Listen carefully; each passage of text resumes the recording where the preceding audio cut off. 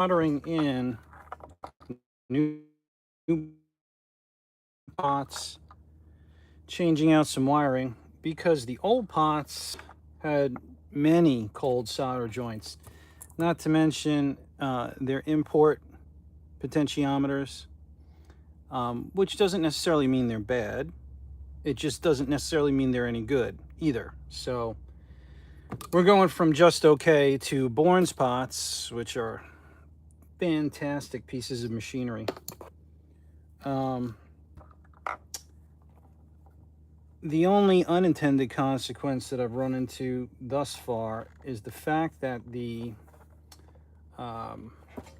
shaft on the Bourne's pots, they are a little bit larger than the shaft on the imports. So what does that mean? That means that you got to drill new holes, right? Or not new holes, you just got to modify the holes and make them bigger. So I had to do that. I just dry fit it to make sure that it fit. I like the ability to have helping hands, and I've got this helping hands device which is kind of off camera. There it is. There she is. And that can be super helpful for holding pots in place as you figure out what the heck you're going to do. I usually try and go connection for connection. So here we have a connection that can easily be desoldered, pulled, and soldered right in to the correct tab of the new pot. When looking at the back of a pot, the pot lug numbers are 3, 2, 1. If I flipped it over, then it would be 1, 2, 3. Because I'm not using a wiring diagram and I'm just going based upon what's already wired here, it doesn't matter as much. As you can see, the helping hands is holding my pot. It's weird to say something's holding my pot, but that's exactly what's happening here. I do run a fan when I solder. You do have lead fumes. You've got fumes, that rosin, chemicals that you don't necessarily want to be breathing in. I use a Hakko setup. I think this is the FX888. FX888. And it's been a workhorse for me. I like Weller solder stations, but once I went with Hakko, I never went back. They just tend to be really robust, and it's never let me down, I'll tell you that much. All right, I'm going to the second lug here, which is this white wire. Now, sometimes you'll get a solder blob on the wire.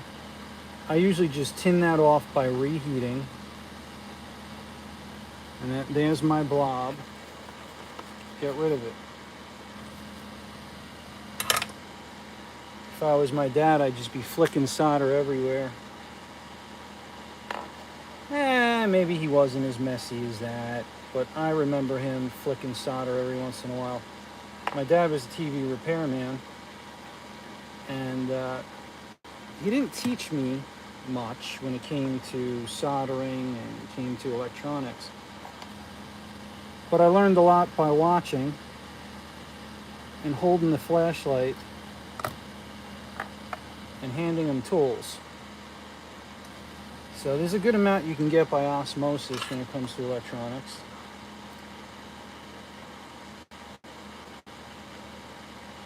Now I could have opted to have the helping hands hold the pot, but to be honest with you, there was a wire holding the pot, and that was good enough for support.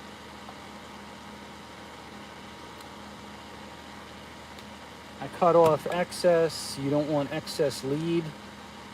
That can short out on the opposite side of a component. Now here on this pot that's already in, tab 1 lug number 1 goes to ground. There's many ways that you could choose to do this.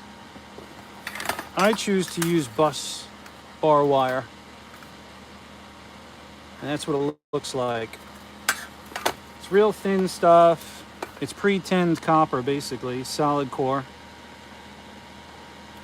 And you take a piece that's like yay that big, and I like to put it in the lug.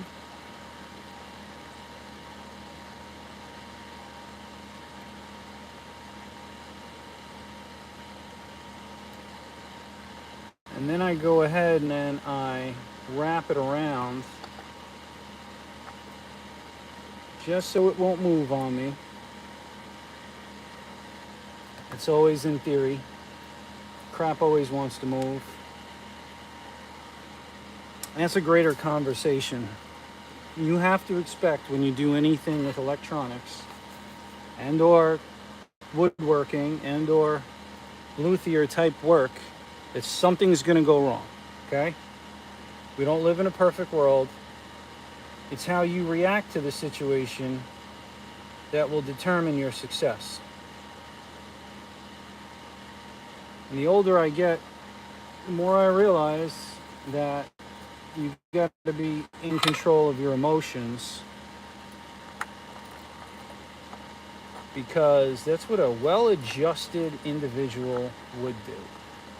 They would be in control of their own emotions. And I could let F-bombs start flying. I could be pissed off. And I might be, right? But none of that's going to help me correct the situation, whatever the situation is that I got myself into. Okay, so now we have the back of the pot. We've got a whole bunch of stuff that's stuck to the back of the pot. I got to get that stuff off. The way solder flows is through rosin, which is inside of the solder. Okay, it's like a rosin core. So if I put a little bit of solder on the tip of my iron and then hold it to the solder blob that's already there, guess what? It's going to start melting. And then with prolonged pressure, we should start to be able to pull this bad boy off. And that should... Oh, it was almost everything. I almost showed you a perfect one. That's okay, because I got it now. And that's everything off the back of this pot, other than there is a bare metal wire. Now, I don't know if that bare metal wire is coming from the bridge so that secures bridge ground. I just hate bare metal wires. Of course, it's a ground because it's bare. So I'm going to heat it first and then pull the wire with this, my pliers. We pull it with the pliers so we don't burn ourselves. All right, now I want to pre-position because this is going to go fast. Once the solder heats up, I'm going to get in there and pull it off, which I just did. And now I got a ton of grounds that I'm going to have to put back. Woo! She's spicy. To the back of that new pot, but you can see how many grounds were there. At least 4 grounds going to the back of this pot. So now my new pot is pre-positioned here. I've got lug 1 with a bus bar wire going to the back of the pot. And I'm going to show you guys the right way to do stuff.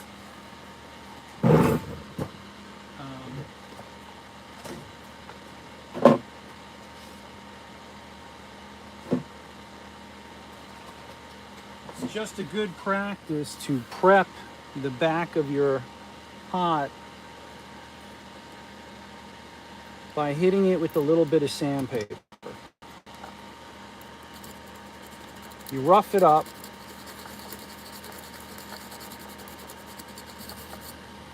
And now I've got plenty of contact area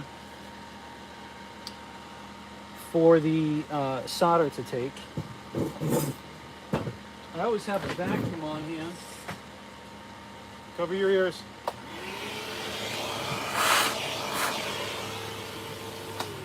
Just to get a little bit of dust out.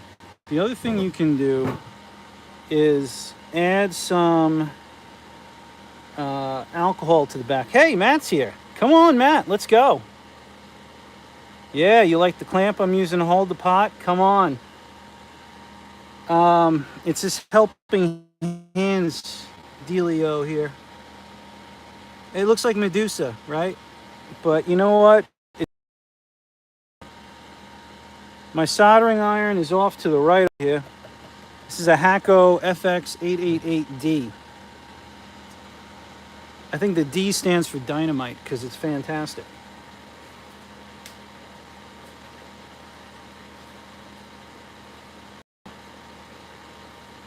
All right, so now we can use a little bit of an alcohol wipe. Oh, what temp? What temp? What temp is the question? 750 degrees. 750 degrees is what I set my iron to. I use a conical tip, okay? Why do we want to use a conical tip? Well, it's just a good all-purpose tip. Now, if I'm doing a lot of soldering to the back of pots, you can use a wedge tip and it will disperse the heat a little bit quicker. Shoot, see, now I'm touching things. All right, well, whatever. It'll disperse the heat a little bit quicker with a wedge style tip. I hate wedge tips. I just don't like them. You know, everybody's got their personal preference when it comes to soldering equipment. And for me, I just don't like wedge tips. If I was doing a lot of turret board stuff, then I might use a wedge tip. But for precision, conical is fantastic. 9 times out of 10 with small electronics, you're looking for precision and not excessive heat. You know what I mean? That's one way to get a cold solder joint, is with excessive heat. So we try to avoid, as a luthier, we try to avoid excessive heat. All right, so I'm definitely using my helping hands for this. What I'm finding is that this bare wire is a little short. All right. Now I could get pissed off. It's a little short. F this, F that. I'm all upset. Guess what? We have to find a way to deal with things in a civilized manner. So what I'm going to do is I'm just going to reorient this pot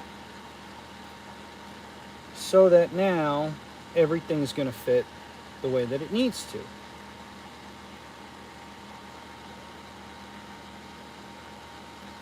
Okay, let's count the grounds that goes to the back of this pot. Lug 1 goes to the back of the pot.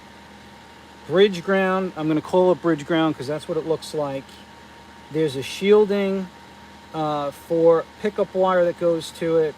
There's the ground from pot 1 and the ground from pot 2. So let's count it up. 1, 2, 3, 4, 5. 5 connections to the back of pot 2. You've got to stay engaged when you do this kind of work, because if I miss one connection, the whole friggin' thing doesn't work. So you really have to look, check, double check. Question, is it an ESP or EX? No.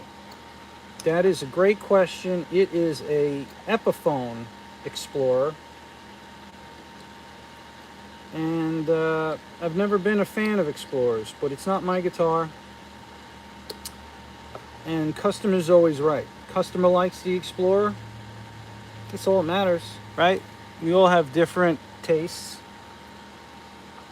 different things we like, things we don't like. All right. I like these Klein Tools strippers, Klein Tools. They go down to 32, from 22 gauge to 32 gauge.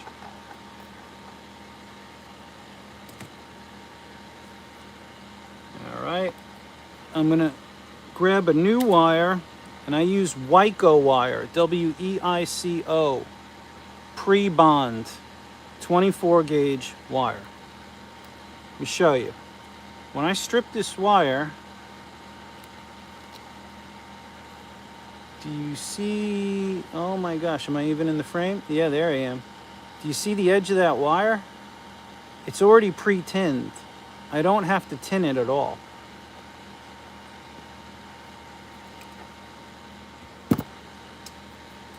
That's kind of what pre-bond means. You can have pre-tinned wire. Pre-bond is all the strands are bond together and tinned together. So they call it pre-bond instead of pre-tin. Hope that makes sense. So now I'm going to layer all these wires up underneath the Lug 1 bus bar wire that I had previously soldered in.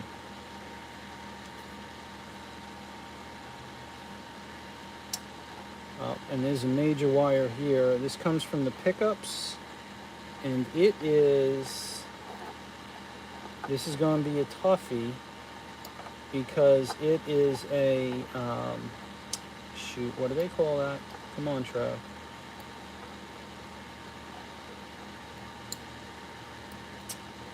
It's a wire that has leads and then also has a ground wire attached to it with a shield. Shielded wire. See, it took me a while, but I got it. Shielded wire. So what I want to do is I want to get that shielded wire in there because that's part of this whole ground system as well. We want everything in underneath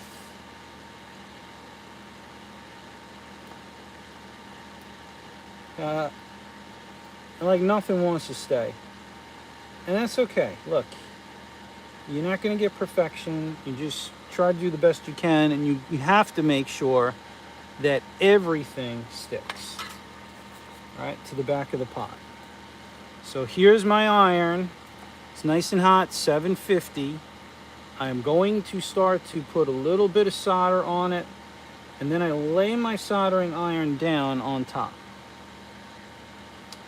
And I'm going to let things just heat up with constant pressure, not moving. Okay? I'll start to see, as I feed some solder in, I'll start to see it begin to disperse. And I'm holding that pressure down, and I'm not letting up. Holding it down, not letting up. Now it's starting to spread out on the back of the pot. That's what we want. This tells us that we are at the right temp. All right. And I grab a screwdriver. And what I'm going to do is I'm just going to push everything down with the screwdriver. See what I did there? A little switcheroo. Now, everything's bonded to the back of the pot.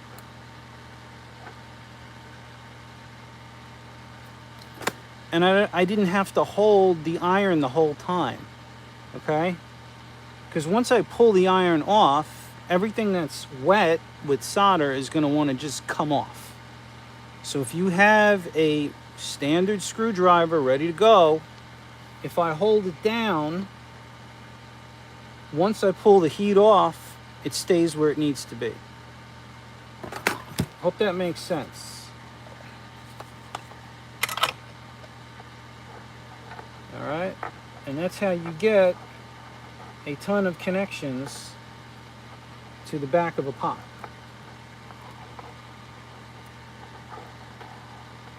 Yep. Ooh, we're looking good. We're looking good, people. We are looking good. All right, pot 3. And I really wish you could see how terrible these solder joints are. They are just terrible. Absolutely terrible. Pot 3 is going to have our input jack. And our input jack is using shielded wire as well. So now I got to start getting stuff off of pot 3 that gets placed on the new pot. Everything else was facing 3, 2, 1 with lug numbering. This one, the way it's oriented, is going to face 1, 2, 3. How much does that matter? Not much. So let's get everything out of lug 1 first. Little heat and a little tug, and we should be able to get everything out. Okay. Now I was not able to. So I get ready with my pliers. I'm going to heat it up yet again, get it flowing, pull the thing out. 2 seconds, okay? There's a right tool for just about every job. I used to hate hearing that until I realized there's a right tool for just about every job. So sometimes you just need not fight and just use the right tool. All right. So the back of this pot has a ton of solder, and it's all cold solder.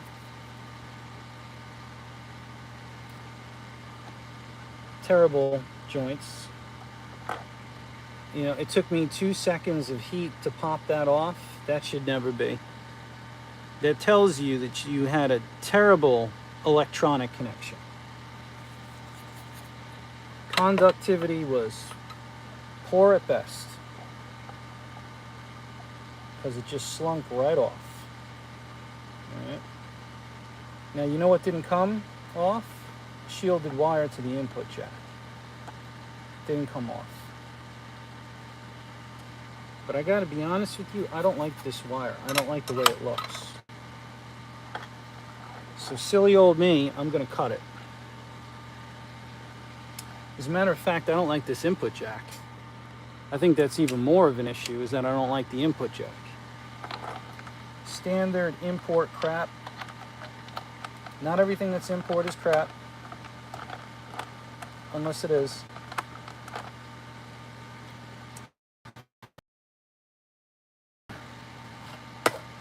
So now, what I'm gonna have to do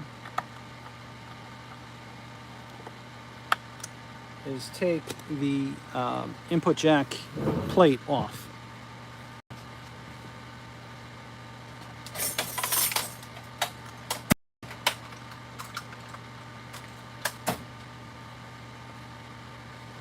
Phillips screwdriver. It's a number 1 tip. These guys, when you do this kind of work, use the right tip. Because guess what? If you don't, you're going to have some issues with stripping of screws.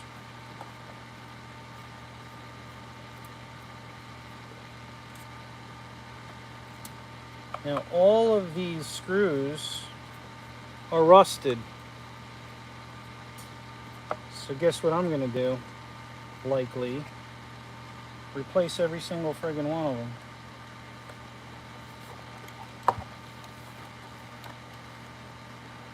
Good pressure. And some of these screws don't want to come out. I was able to get 2 of them out, and the third doesn't want to come out. Yeah, rusty crusty. Ha! That's exactly it.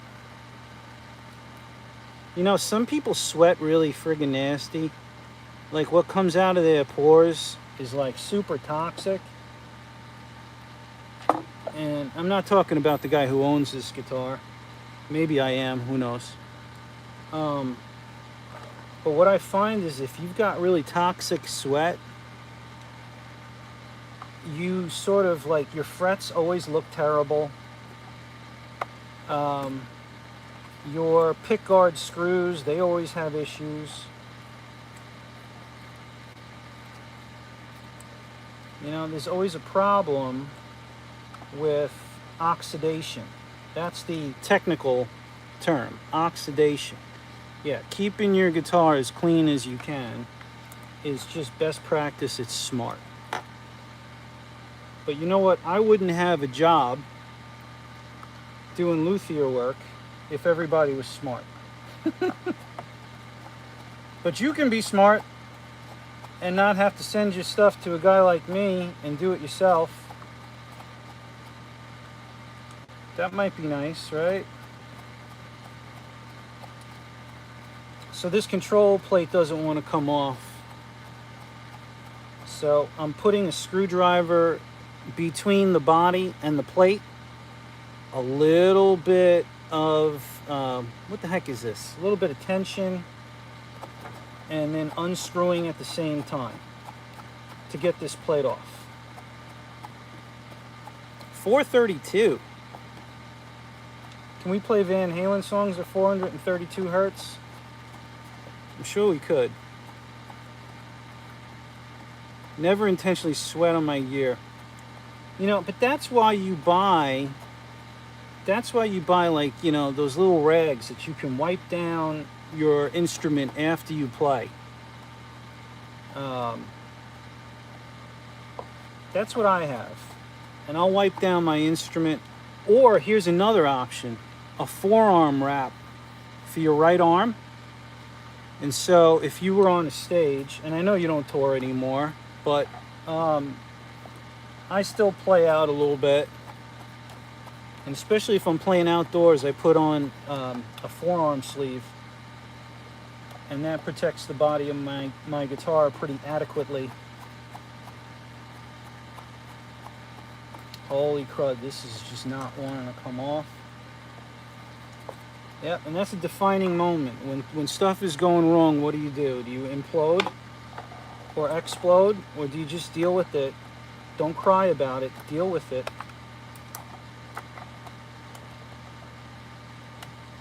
And I'm working on that because normally I get pissed off. Okay, that's all 4 screws out.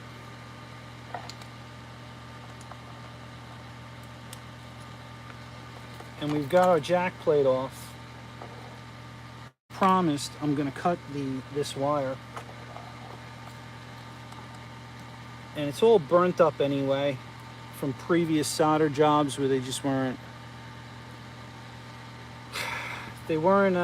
as neat as they should have been. That's the jack plate. Do you see the rust? Right? See all that? Now, this is like your import style Switchcraft jack. I am going to use a Pure Tone jack. And it's got a whole bunch of tabs to hold to the signal or the tip of the jack.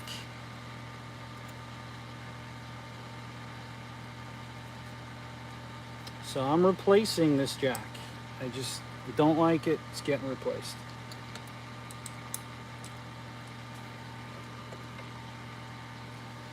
That's another thing you want to think about if you're going to do this kind of work. Make sure you've got some extra crap on hand, right? So jacks, wire, because you never know what you're going to have to replace when you get into an instrument. Gonna lie, a couple cheap acoustics outside in the barn. Sweat on them before. Yeah, I mean, look, if you're not sweating, that means you're a robot. So, like, everybody sweats. Have you seen the new wireless Weller soldering iron USB-C? Okay, Yeah, it could be a game changer if I'm doing a mobile setup. Um, and I might want to do a mobile setup every once in a while, right? You know, you're on site, you're like, I play in church now. So I might want to bring my solder setup to church so I can replace somebody's jack or something like that. Yeah, wireless is kind of cool at that point. But this Hakko FX888D, D standing for dynamite, is friggin' fantastic. That clamp thing that you have that's yellow and black, 3D printed one of those, it's awesome. Yeah, I just got a 3D printer myself, and I've been experimenting with it. Really like it. It's become super useful.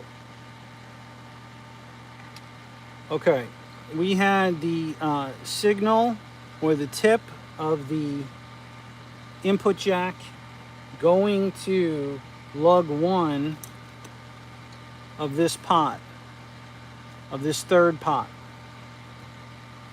So let me go off and go get a, have I 3D printed a guitar yet? No, I ain't. Dude, I ain't that brave yet. You know, maybe at some point in time I'll do it, but you know, not now, not now. Plus I'm cheap. Do I really want to spend all that plastic? Heck knows.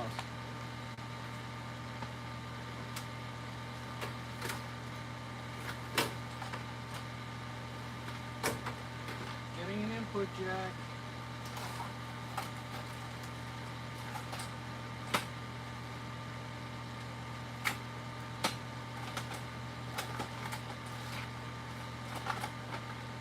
If I can freaking find one in my parts bin.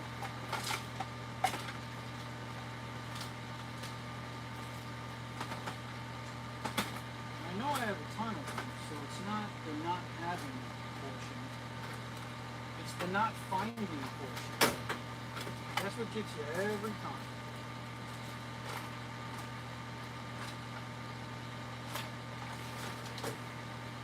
Okay, I found it.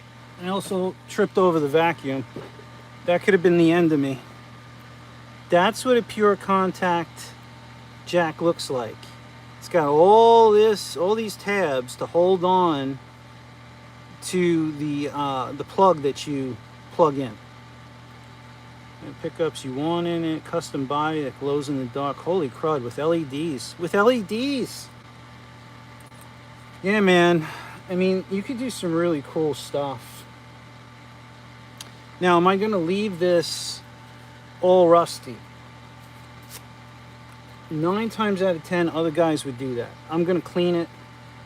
Not because I'm better than them, but because my customers have come to expect that I am OCD and I'm going to clean crap whether they want me to or not.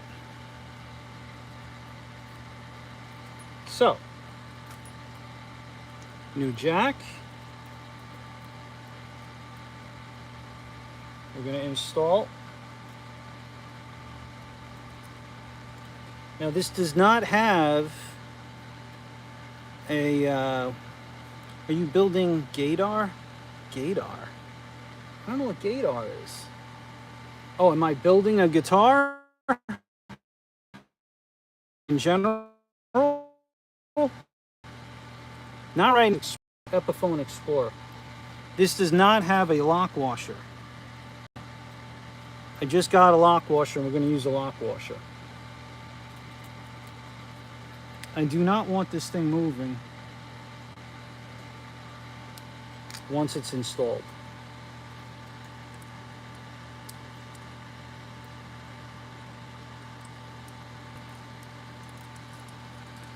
Okay. And now it's time to wire in. I'm not going to use Gaydars from that TV show The Office. You know, I am not cool, bro. And I don't watch enough of like really good shows. And I know it's never too late to be cool, but man, I tend not to watch a lot of TV. It's crazy. But then I have more time on my hands to do this kind of stuff. So there's that. I like Christmas colors, by the way. Anybody like Christmas colors? So green and red. So green is my ground. Red is going to be my signal. Whatever you choose, whatever coloring scheme you choose, just make sure that you're not straying from it. Okay? Or else you get yourself confused and then screw some things up.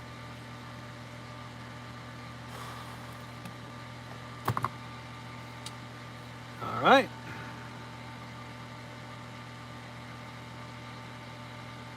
So we're going to solder in our ground, and where in the heck did that go? I have my pliers somewhere. Okay. Imagine how much time you would have if you didn't lose crap.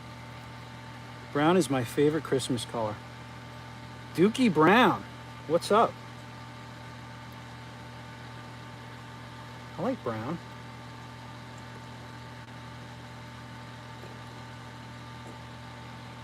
Okay, we're gonna have a good mechanical connection by cinching that wire onto the tab.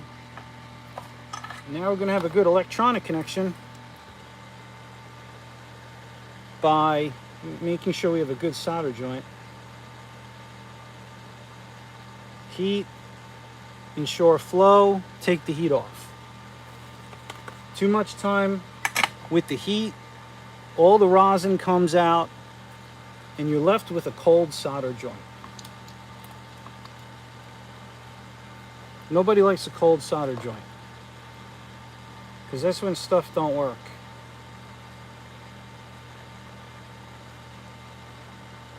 All right, here we go, here we go. There's another one. I'm doing something on purpose, and I want to see if it bites me in the butt the way I expect it to. Heat, solder, waiting for flow. There it is. Heat comes off. Okay. I was expecting with heat that this wire just would have fallen down and not been where I wanted it to be, because then I would show you how to fix that. But sometimes what I'll do is I'll take a wire and I'll wrap it around something else, and then that tends to hold it in place while I'm soldering. Cold solder joint is pet peeve. Man, I know, I hate it too. And you find so many of them when working on other people's stuff. You know, it really is kind of sad that people don't know how to solder, you know? What am I doing? I'm twisting this wire. It's gonna look kind of like that, braided all the way through. I don't have to do this. I just think it's a cool look. You could do it with a drill too, by the way. It takes like 2 seconds with a drill. But I'm a glutton for punishment, so I'm gonna do it the old-fashioned way. And give her a twistaroo. Wire goes in, fish it from the other side, and now my plate is ready to be reinstalled. I don't think I have these screws on hand. So look away from the camera right now. Look away from your screen. I'm going to use the old one. Look away. Nothing to see here. Old screws going back in.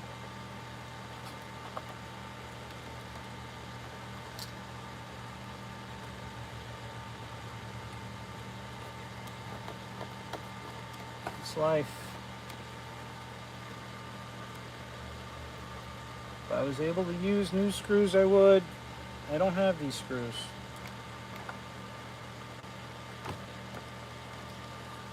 And you know what they're gonna do? They're gonna do a fine job. I'm not really worried. Work on wiring for RC cars. Man, I love RC cars. I don't own any RC cars, but I love the idea of RC cars.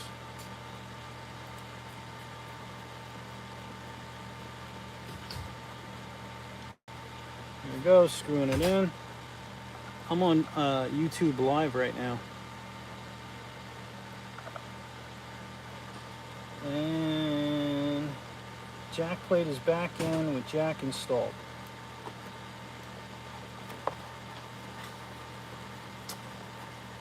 All right, here's screw number 4.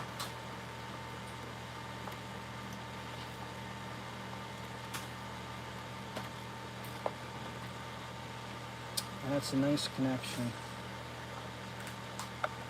It's a good install. It's not moving. Screws seem pretty snug. We should be good to go. Okay.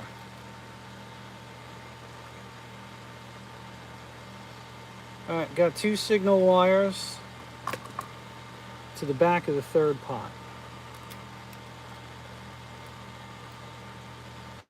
And not to the back of the pot, but to lug 3. All right, let's do our signal wires first.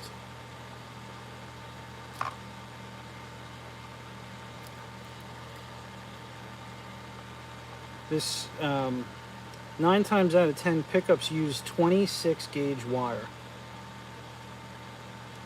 26 gauge. Ah, your RC car has RC Cola stickers on it. That's kind of cool. I like the advertising. It makes the car look cool.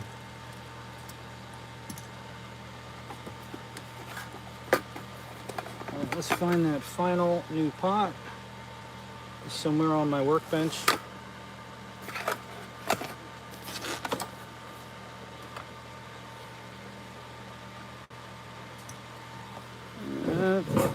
Don't see it.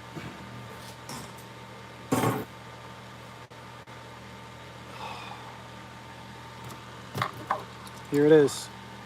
New pot. Again, we're going to look at the old one just to compare.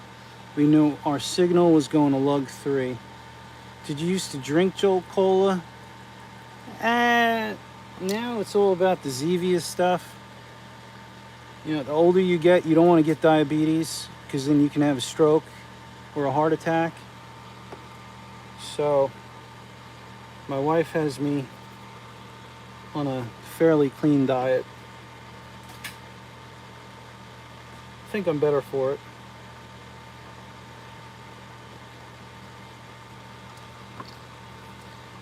Okay, hold the pot, helping hands. Let's get this in, solder her up.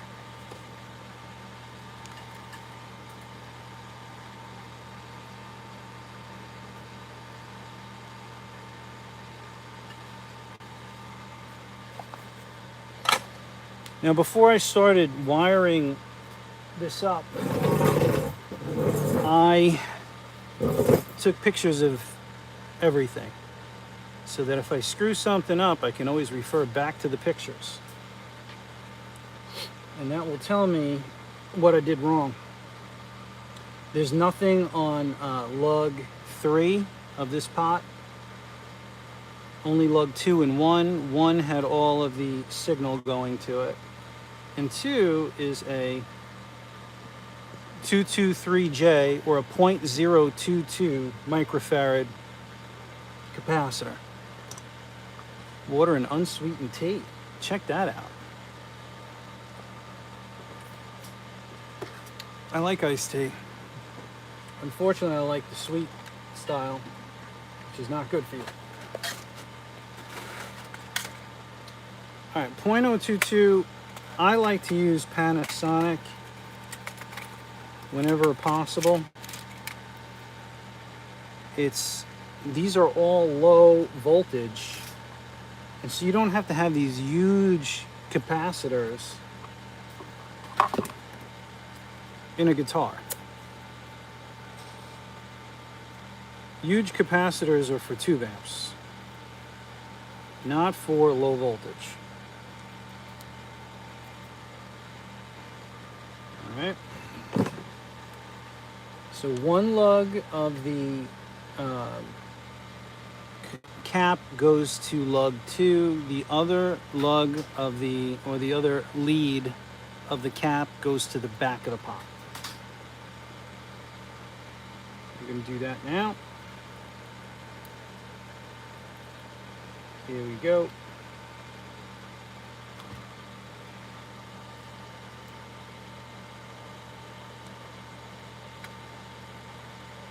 Make a quick cut. Bend my lead around tab.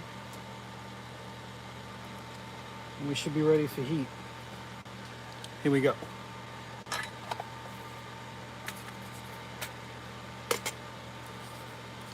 Heating I will go.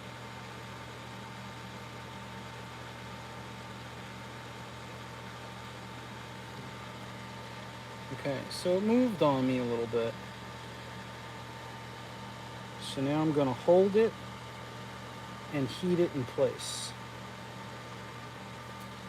Yes, I can do that.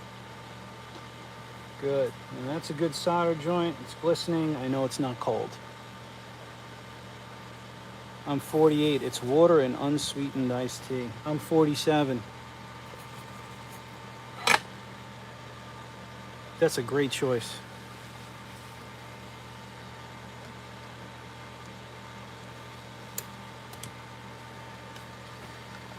All right, here we go. Now we need some grounds to the back of the pot. Specifically, we've got the ground coming from the input jack. We have the ground coming from pot 2. And we have the ground, we have the lead from the capacitor. 3 things all going to the back of pot 3.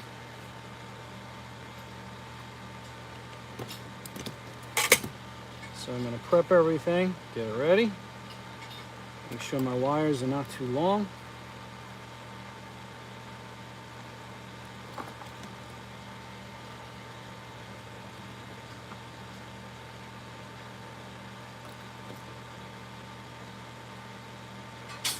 All right. Sometimes I like to take 2 of the grounds, or maybe 3 of them, and twist them together.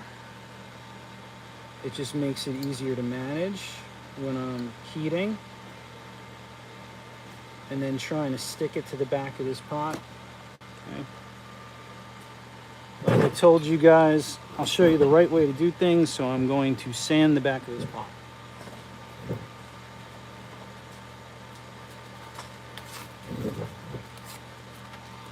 With sandpaper.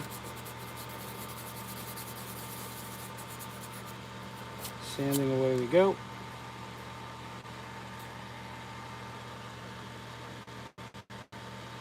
Yeah, I could use alcohol. I'm not going to do it this time.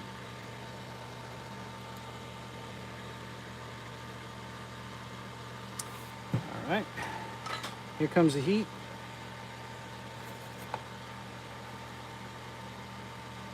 So, a little bit of solder on the tip. Put the tip down onto the bare wires, pressing down onto the back of the pot. Start to put in a little bit of solder and watch it disperse.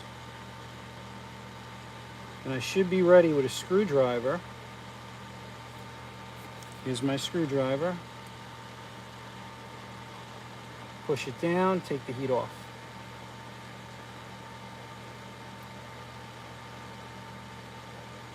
And that's it.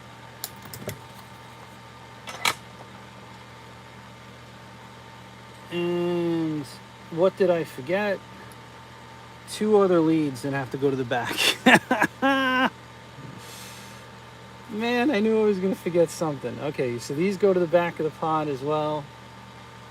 I don't like the solder that's on them, so I'm going to reflow this solder. By heating it up,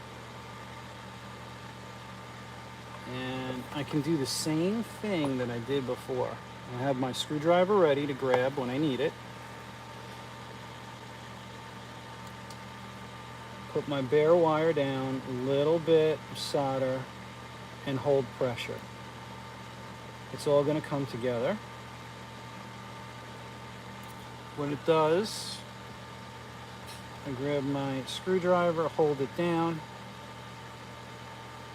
and let it dry, or let it cool in place.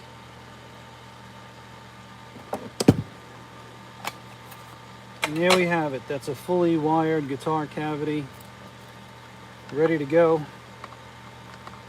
3 pots, really good solder joints. I'm going to dry fit it all, and then it's test time, and we'll see where that goes. So if you hung in until now, hopefully you learned something. Hopefully you found this helpful. All right, guys.